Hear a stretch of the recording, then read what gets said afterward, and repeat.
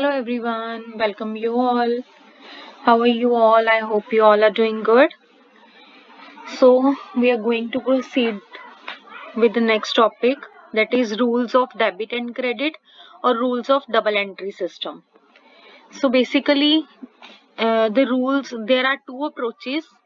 First is traditional approach and second one is modern approach, which is also called American approach, and mostly traditional approach is called as the double entry system because the dual aspect the concept is followed here. So in the traditional approach, the accounts are divided into three parts. First is real account, second is personal account, and third is nominal account. Okay, real account, personal account, and nominal account. And in the modern approach, the accounts are divided into five parts.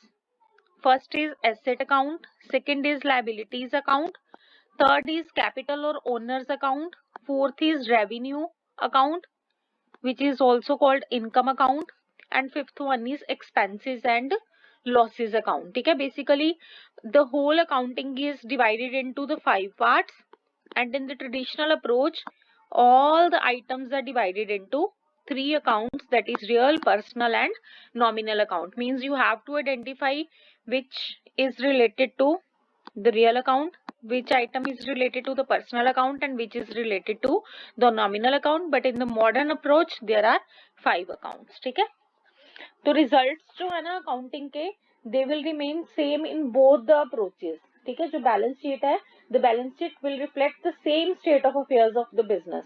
ठीक है, just आपको understanding होनी चाहिए कि कौन सा traditional approach है, कौन सा कैसे मॉडर्न अप्रोच अप्लाई होगा, but the results will remain same. तो मोस्टली हम ट्रेडिशनल अप्रोच के बेसिस पे ही अपने क्वेश्चंस जो है वो करते हैं. तो now comes to the real account. First one is in the traditional approach.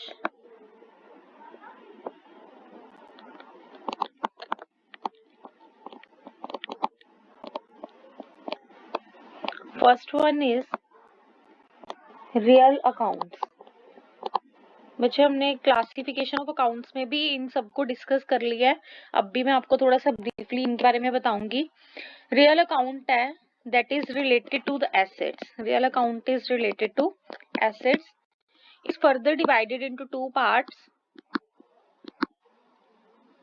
tangible and intangible. We have already discussed in the previous classes what is tangible and what is intangible. Tangibles means which can be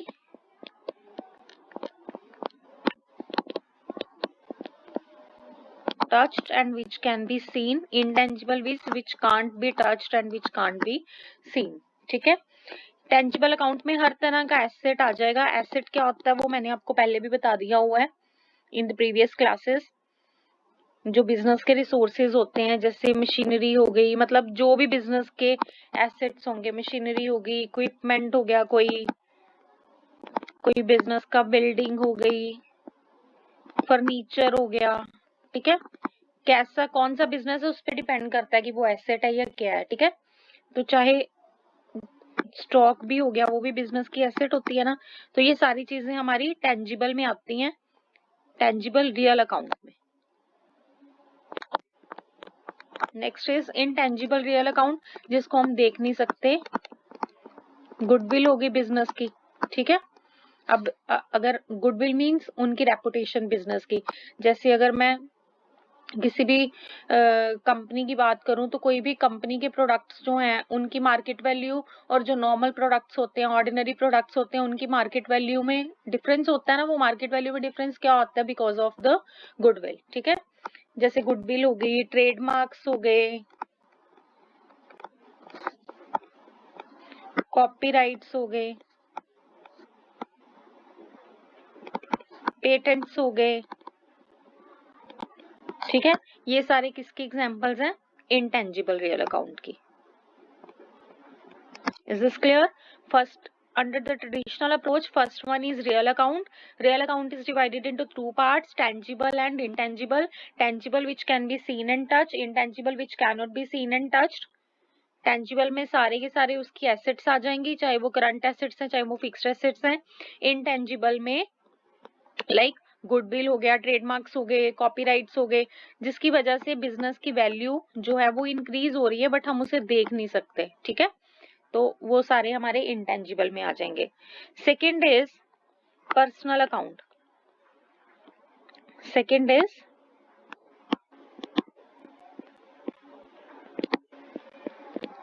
personal account. बच्चे साथ साथ हम ना इसका rule भी कर लेते हैं। रियल अकाउंट का रूल होता है rule of real account, debit what comes in, credit what goes out। Means जितने भी हमारे एसेट्स होते हैं अगर वो हमारे बिजनेस में आ रहे हैं तो हम उनको डेबिट करेंगे, अगर वो बिजनेस में से जा रहे हैं तो हम उनको क्या करेंगे, क्रेडिट। रियल अकाउंट में क्या क्या आता है हमने डिस्कस कर लिया। तो अगर तो वो बिजनेस में आ रहे हैं तो डेबिट व्हाट कम्स इन, जा रहे हैं तो हम क्या करेंगे, क्रेडिट, ठीक है। This is the rule of real account. Now second is personal account. Personal account means which is related to some persons, ठीक है। तो पर्सनल अकाउंट है, it is divided into 3 categories.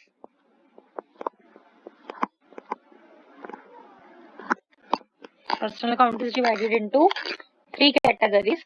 First one is natural personal account.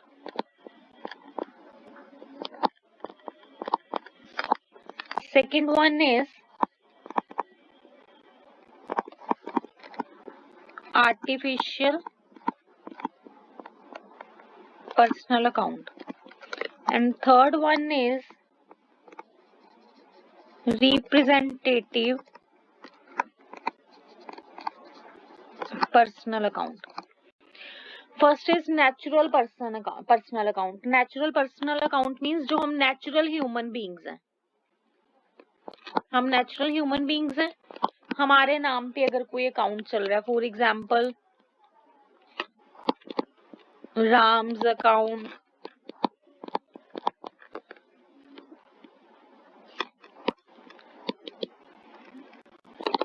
Sahil's account, Neha's account, ठीक है। तो कोई भी by name अगर कोई अकाउंट चल रहा है तो वो हमारा किस में आ जाता है, natural personal account means natural human beings जो होते हैं, ठीक है। तो ये वाला अकाउंट जो है that is related to the human beings, for example, ठीक है, ये वाले सारे कोई किसी भी नाम से अगर वो चल रहा है। Next is artificial personal accounts. Artificial personal account means those which are treated as the artificial persons in the eyes of law.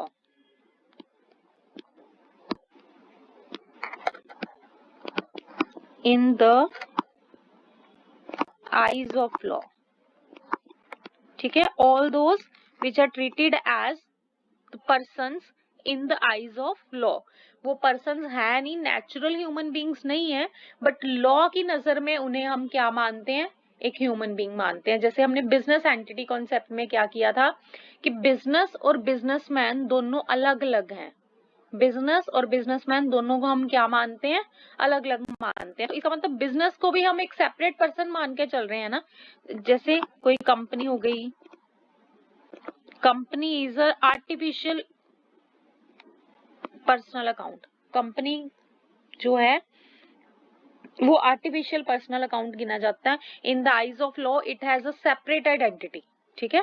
Company की लॉ की नजर में एक सेपरेट आइडेंटिटी गिनी जाती है, ठीक है। बैंक्स हो गए, ठीक है, हॉस्पिटल्स हो गए, मतलब जिनकी एक सेपरेट आइडेंटिटी है लॉ की नजर में। अगर जैसे कोई भी सपोज हॉस्पिटल है, उस पे कोई कंपनी है कोई, उस पे केस फाइल हो रहा है, या हॉस्पिटल की कोई लीगल प्रोसीडिंग्स है तो वो हॉस्पिटल के नाम पे होंगी। बैंक की लीगल प्रोसीडिंग्स बैंक के नाम पे होगी। कोई गवर्नमेंट ऑफिस है, उसकी लीगल प्रोसीडिंग्स गवर्नमेंट ऑफिस के नाम पे होगी, वो किसी पर्सन के नाम पे नहीं होगी। ठीक है, तो लीगल प्रोसीडिंग्स के लिए उनको एक अलग पर्सन माना जाता है। ठीक है, जो भी स्टैंप्स लगती हैं, जो भी आपके मतलब केसेस फाइल होते हैं, या जो भी कोई इन पे आएगा, जो भी इसका ट्रांजैक्शंस होंगी वो कंपनी के नाम से होंगी, और कंपनी लायबल मानी जाती है उस चीज के लिए। या जो गवर्नमेंट ऑफिसेज हैं, ठीक है, या फिर म्यूनिसिपल कॉर्पोरेशंस हो गए, यूनिवर्सिटीज हो गई, कॉलेजेस हो गए, मतलब जिनकी एक सेपरेट आइडेंटिटी है in the eyes of law, उनको हम क्या बोलते हैं? Artificial personal account. वो नेचुरल ह्यूमन बींग्स नहीं है, बट लॉ उनको ह्यूमन बींग्स की तरह ट्रीट करता है। ठीक है, अगर केस फाइल होगा या कोई ट्रांजैक्शन होगी तो वो उनके नाम पे होगी, तो that is artificial personal account. Next is representative personal accounts. Representative personal accounts means which represent group of persons, मतलब ऐसे अकाउंट्स जो पर्सन्स को रिप्रेजेंट करते हैं इनडायरेक्टली। ठीक है, इनडायरेक्टली वो रिप्रेजेंट कर रहे हैं पर्सन्स को, उन्हें हम क्या बोलते हैं? Representative personal account. ठीक है, जैसे हमने वो सारे किए थे टर्म्स, हमने की थी प्रीपेड, आउटस्टैंडिंग। ठीक है, तो ये किसको डिनोट कर रहे हैं? जैसे मान लो कोई एक्सपेंस है हमारा, suppose prepaid wages, outstanding salaries. ठीक है, प्रीपेड वेजेस मींस पे, प्रीपेड मींस एडवांस में पे कर दी वेजेस। किनको पे की? किसी पर्सन को ही पे की है ना, तो अल्टीमेटली ये indirectly persons, group of persons को ही डिनोट कर रहा है। ठीक है, ये प्रीपेड वेजेस का अकाउंट जो है वो इनडायरेक्टली किसको डिनोट कर रहा है? किसी ग्रुप ऑफ पर्सन्स को। आउटस्टैंडिंग सैलरीज ड्यू हो गई बट हमने पे नहीं की, किनको पे करनी है? हमने किसी पर्सन को ही पे होंगी ना, तो ये भी क्या किसको डिनोट कर रहे हैं? ग्रुप ऑफ पर्सन्स को। ठीक है, तो इनको भी हम किस में मानेंगे? पर्सनल अकाउंट में मानेंगे। ठीक है, एक्रूड इनकम हो गई, due but not received, receive हमने किन से करनी है? ग्रुप ऑफ पर्सन से, या फिर पर्सन से किसी। ठीक है, तो ये ऐसे अकाउंट्स होते हैं जो ह्यूमन बींग्स है नहीं, ना तो वो आर्टिफिशियल है, ना वो नेचुरल ह्यूमन बींग्स है, बट वो ह्यूमन बींग्स को रिप्रेजेंट कर रहे हैं बाय वन और अनदर वे। ठीक है, तो उनको हम क्या बोलते हैं? Representative personal account. ठीक है, तो पर्सनल अकाउंट का रूल क्या है?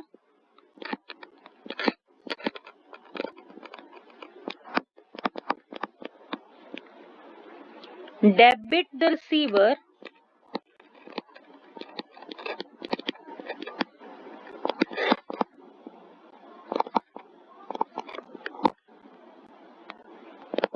Credit the giver. पर्सन, कोई पर्सन या तो लेने वाला होगा या देने वाला होगा। ठीक है, रियल अकाउंट में क्या था? एसेट। एसेट या तो आएगी या जाएगी, आएगी या जाएगी, कम्स इन गोज आउट हो गया।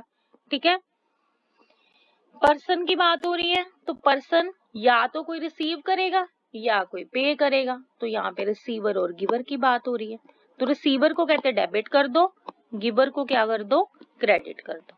ठीक है, बच्चे ज्यादा दिमाग मत चलाओ, थ्योरेटिकली आपको ये चीज याद रखनी पड़ेगी, but practically when we will come to the transactions, तो एक अंडरस्टैंडिंग से ही आप अपनी ट्रांजैक्शंस को रिकॉर्ड कर सकते हो। You don't need to bother about all these things. आप किसी भी एक अकाउंट की नेचर को अंडरस्टैंड करोगे तो दूसरी आपकी क्रेडिट या डेबिट ऑटोमेटिकली हो जाएगी। ठीक है, तो मोस्ट ऑफ द ट्रांजैक्शंस आप अपनी अंडरस्टैंडिंग से ही पोस्ट कर देते हो। ठीक है, उसमें इतना ज्यादा आपको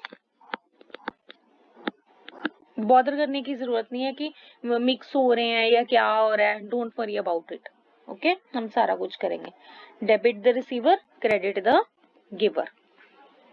फर्स्ट हमारा हो गया रियल अकाउंट, सेकंड हमारा हो गया, first was real, second was personal, and third is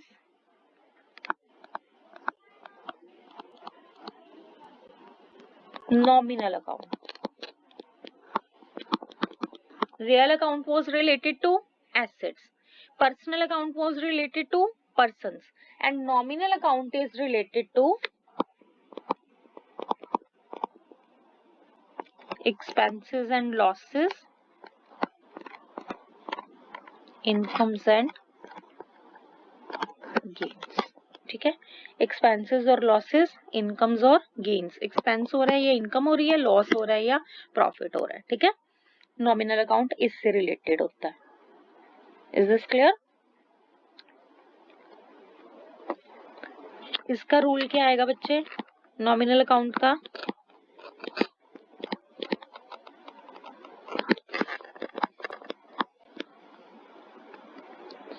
debit all expenses and losses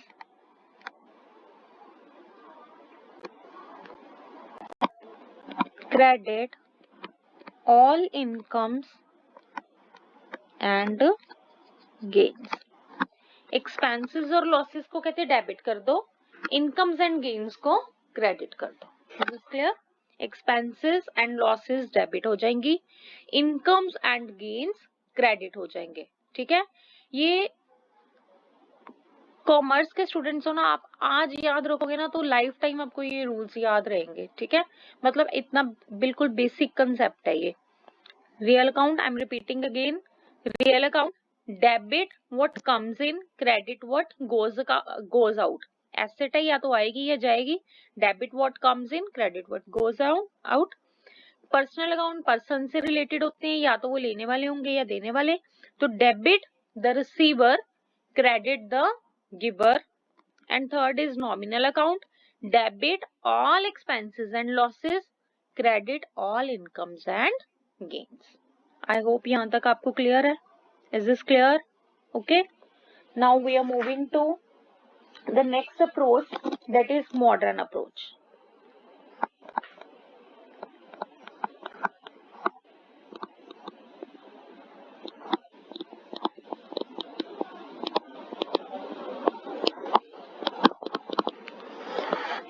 अच्छा, मॉडर्न अप्रोच से पहले मैं आपको एक थोड़ा सा चार्ट सा बनवा रही हूँ, आपको रियल जो ट्रेडिशनल अप्रोच है वो अच्छे से क्लियर हो जाए उसके लिए. तो आई एम रिपीटिंग अगेन, दो अप्रोचेस थी, ट्रेडिशनल अप्रोच, मॉडर्न अप्रोच. ठीक है, ट्रेडिशनल अप्रोच में 3 पार्ट्स में हमने डिवाइड किया था. First one was real account, second one was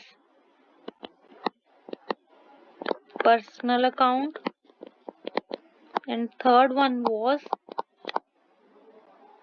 nominal account. ठीक है, रियल अकाउंट 2 पार्ट्स में डिवाइड हुए थे, टेंजिबल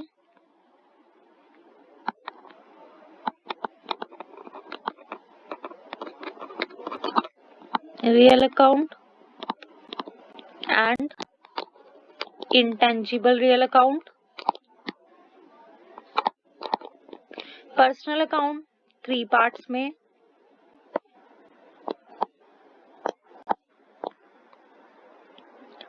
नेचुरल पर्सनल अकाउंट, या तो वो पर्सन्स हैं या उनको पर्सन्स माना जा रहा है, या पर्सन्स को वो रिप्रेजेंट कर रहे हैं, रिप्रेजेंटेटिव.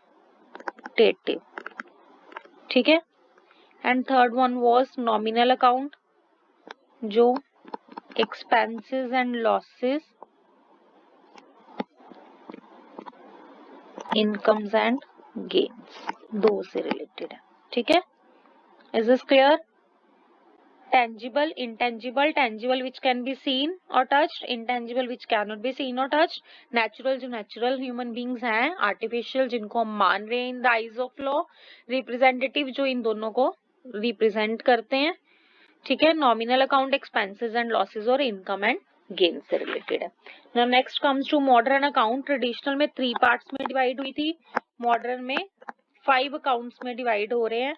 5 अकाउंट्स कौन कौन से हैं? Assets, liabilities,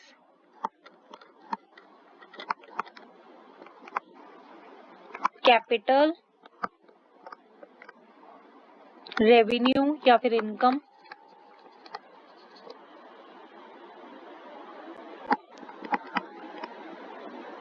expenses and losses. Okay, तो ये 5 पार्ट्स में डिवाइड हो रहे हैं। बच्चे एसेट्स क्या होते हैं मैंने बहुत बार एक्सप्लेन कर दिया, no I will not repeat it again, हमने लास्ट क्लासेस में भी किया था। लायबिलिटीज क्या होती हैं वो भी हमने कर ली हुई हैं, ठीक है। अब यहाँ पे एसेट्स में बच्चे ये चीज याद रखना, यहाँ पे एसेट्स में सारे ही आ जाएंगे, ठीक है। प्रीपेड एक्सपेंसेस, एक्रियोड इनकम्स, जितनी भी एसेट्स हैं, मतलब मैंने प्रीपेड एक्सपेंसेस, एक्रियोड इनकम ये भी आपको एक्सप्लेन कर दिया हुआ है ऑलरेडी। लायबिलिटीज क्या होती हैं वो भी हमें पता है, मैं एक्सप्लेन कर चुकी हूँ। कैपिटल क्या होती है वो भी मैं एक्सप्लेन कर चुकी हूँ। कैपिटल और ड्राइंग अकाउंट दोनों ही है यहाँ पे। जो ओनर इन्वेस्ट करता है बिजनेस में और जो ओनर विदड्रॉ करता है बिजनेस में, ठीक है। नेक्स्ट इज रेवेन्यू, वो भी चलो रेवेन्यू और प्रॉफिट का डिफरेंस मैं एक आपको बताती हूँ। एक्सपेंसेस एंड लॉसेस भी हम कर चुके हैं, ठीक है। तो एक्सपेंसेस एंड लॉसेस क्या आ जाएंगी? बिजनेस में हम वेजेस पे कर रहे हैं, सैलरीज पे कर रहे हैं, ठीक है। कोई हमें रेंट पड़ रहा है, कोई हम एडवर्टाइजमेंट पे खर्चे कर रहे हैं, कोई हम स्टेशनरी पे खर्चे कर रहे हैं, ठीक है। कोई हम कैरेज मतलब लेके आने जाने में जो हमारे ट्रांसपोर्ट एक्सपेंसेस हो रहे हैं, तो ये सारे एक्सपेंसेस एंड लॉसेस में आ जाएंगे। Revenue and income on the other hand, जो हमें कोई हम रेंट रिसीव कर रहे हैं, कोई हम सेल्स कर रहे हैं, कोई हम डिविडेंड रिसीव कर रहे हैं, जिस भी तरह की इनकम आ जाती है। कैपिटल जो हम बिजनेस में इन्वेस्ट करते हैं। लायबिलिटीज जो हमने आउटसाइडर्स को या ओनर को पे करनी होती हैं, ठीक है। Owners equity plus outsiders equity, यही पढ़ा था ना हमने। और एसेट्स जो बिजनेस के रिसोर्सेज हैं। तो 5 अकाउंट्स में हम इसको क्लासिफाई करते हैं, ठीक है। बच्चे एक ना मैं वैसे ही आपकी नॉलेज के लिए एक आपको एक्सप्लेन करना चाह रही थी, वैसे उसका यहाँ पे तो ऐसे कोई है नहीं कंसर्न। रेवेन्यू एंड प्रॉफिट में क्या डिफरेंस होता है, ये पीछे शायद टर्म रह गई थी तो मैं यहाँ पे आपको एक्सप्लेन कर रही हूँ। What is the difference between revenue and profit. बच्चे फॉर एग्जाम्पल 100 पेन्स आप मैन्युफैक्चर कर रहे हो, मैं एग्जाम्पल छोटी सी कोई ले रही हूँ।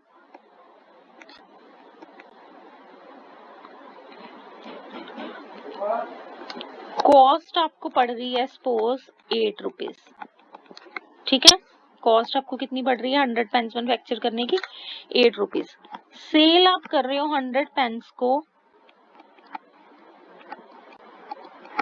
10 रुपीज के साथ, ठीक है। तो अभी वो पूछ रहे हैं कि आपका रेवेन्यू कितना होगा और आपका प्रॉफिट कितना होगा। तो बच्चे 100 पेन्स हैं, 10 रुपीज का आप सेल कर रहे हो, तो आपका टोटल कितना आ गया? 1000 रुपीज आप रिसीव कर रहे हो। ये जो 1000 रुपीज आप रिसीव कर रहे हो that is your revenue, that is your revenue, ठीक है। और अगर मुझे कोई पूछे कि प्रॉफिट कितना है, तो मैं रेवेन्यू में से अपनी कॉस्ट लेस कर दूंगी। कॉस्ट मुझे कितनी पड़ रही थी 100 पेन्स को मैन्युफैक्चर करने की? 8 rupees per pen, 10 rupees per pen, ठीक है। तो 8 rupees per pen means 800 rupees मेरी कॉस्ट पड़ रही थी। इसका मतलब प्रॉफिट मुझे कितना आया? 200 रुपीज, ठीक है। This is the difference between revenue and profit. Revenue में कॉस्ट जो है वो इंक्लूडेड होती है, प्रॉफिट में कॉस्ट जो है वो एक्सक्लूडेड होती है। Okay, means revenue minus cost is equal to profits. Is this clear? तो ये मैं जनरली आपको बताना चाह रही थी, वो मैंने यहाँ पे आपको बता दिया। एज सच अभी इसका कोई कंसर्न नहीं है इसके साथ, बट जनरली मैं आपको बता रही हूँ, ठीक है। तो बच्चे मॉडर्न में हमने पढ़ लिया कि हम 5 पार्ट्स में इसको डिवाइड करते हैं। तो बच्चे इन 5 वहां पे तो हमने पढ़ लिए रूल्स, ठीक है। तो मॉडर्न अप्रोच के रूल्स क्या होंगे? रूल्स अंडर मॉडर्न अप्रोच, मैं जिसके लिए एक मैं बता रही हूँ आपको, एसेट्स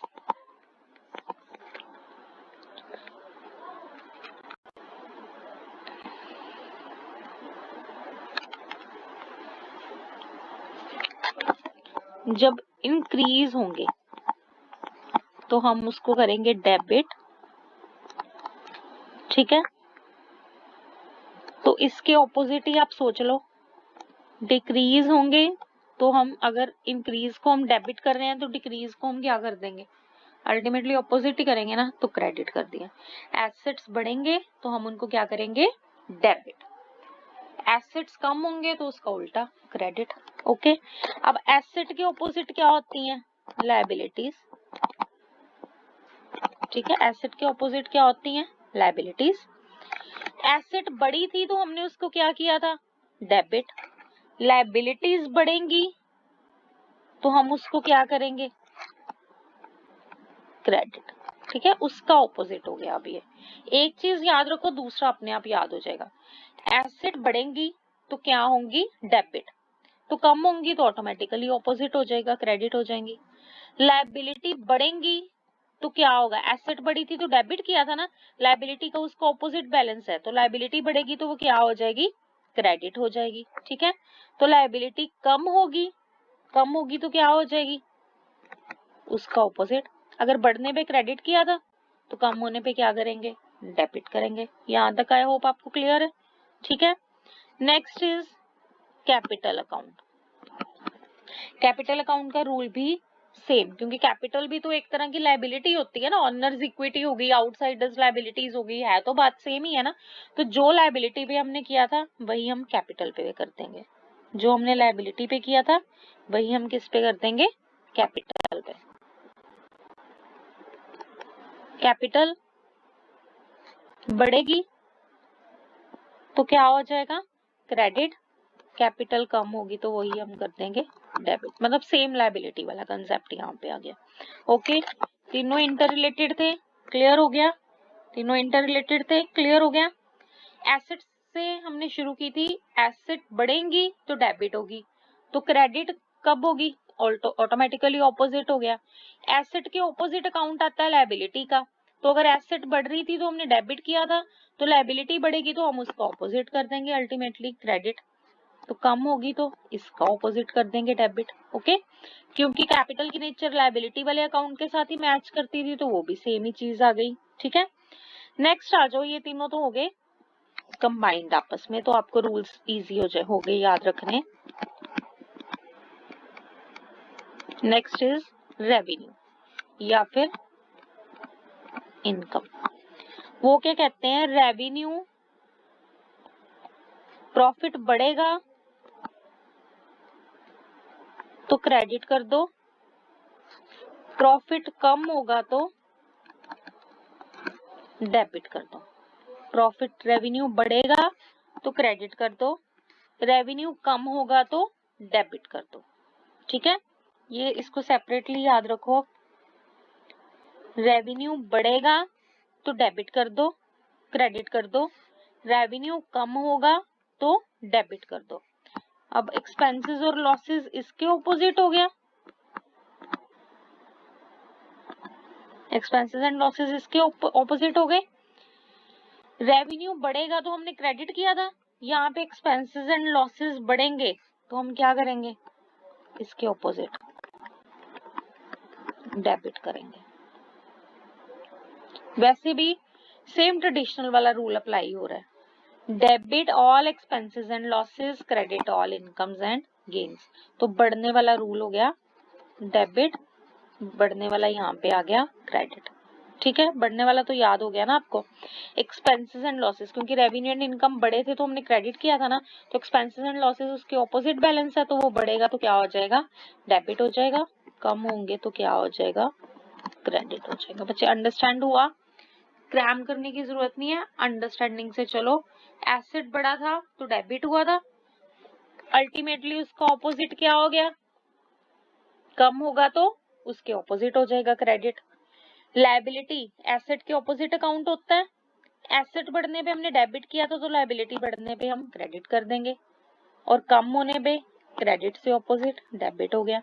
कैपिटल बढ़ा तो क्योंकि कैपिटल जो है वो लायबिलिटी की नेचर का अकाउंट है, तो वो क्रेडिट हुआ था तो वो भी क्रेडिट हो गया बढ़ने पे। वो डेबिट हुआ था कम होने पे, तो ये भी कम होने पे डेबिट हो गया। नेक्स्ट हमारी सेकंड नेचर आती है रेवेन्यू और एक्सपेंसेस की। सेम रेवेन्यू और इनकम्स जब बढ़ेंगे, ये ट्रेडिशनल के साथ थोड़ा सा याद रख लेना, debit all expenses and losses, credit all incomes and gains. तो आप याद रखो ये बढ़ने वाले केस में है, बढ़ेगा तो debit all expenses and losses, बढ़ेगा तो credit all incomes and gains. इसके ऑपोजिट ऑपोजिट ये वाली चीज आ गई। Is this clear? वो मैंने याद रखने के लिए आपको ट्रेडिशनल अप्रोच का बीच में नाम ले लिया। इज दिस क्लियर बेटा? क्लियर है आपको? ट्रेडिशनल अप्रोच, मॉडर्न अप्रोच, दोनों अप्रोचेस क्लियर है, रूल्स भी क्लियर है। अगर कोई डाउट होगा तो you can write in the comment section. और बच्चे जब भी ट्रेडिशनल अप्रोच आप अप्लाई करते हो तो टू अवॉइड द एरर्स, सबसे पहले आप थर्ड रूल को देखते हो, then second rule, then first rule. ठीक है, थर्ड रूल में आ जाता है नॉमिनल वाले को आप सबसे पहले देखोगे कि एक्सपेंसेस एंड लॉसेस कौन से, इनकम्स एंड गेन्स कौन सी हैं। सेकंड नंबर पे रियल, चलो रहने दो इसको, वो जब हम क्वेश्चन करेंगे तभी मैं आपको क्लियर करूंगी, अभी रहने दो। ठीक है बेटा? So this was all about the rules of double entry system या फिर rules of debit and credit under both the approaches, traditional approach as well as nominal approach. I hope the class is clear to you. In case of any doubt, you can write in the comment section and share it and subscribe the button if you have not subscribed it yet. Thank you so much. Take care. Bye bye. In the next class, we will start doing practicals of journal. So जिन्होंने अभी तक classes पिछली नहीं देखी, आप अपनी classes को cover up करो, क्लासेस को अच्छे से देखो, क्योंकि प्रैक्टिकल्स होंगे तो इट्स बेटर कि आप साथ साथ उनको अंडरस्टैंड करो और साथ साथ ही आप उनकी प्रैक्टिसेस करो। अगर एक क्वेश्चन मैं करवा रही हूँ तो try to solve at least 3-4 questions by your own. Okay, thank you so much, bye bye, take care.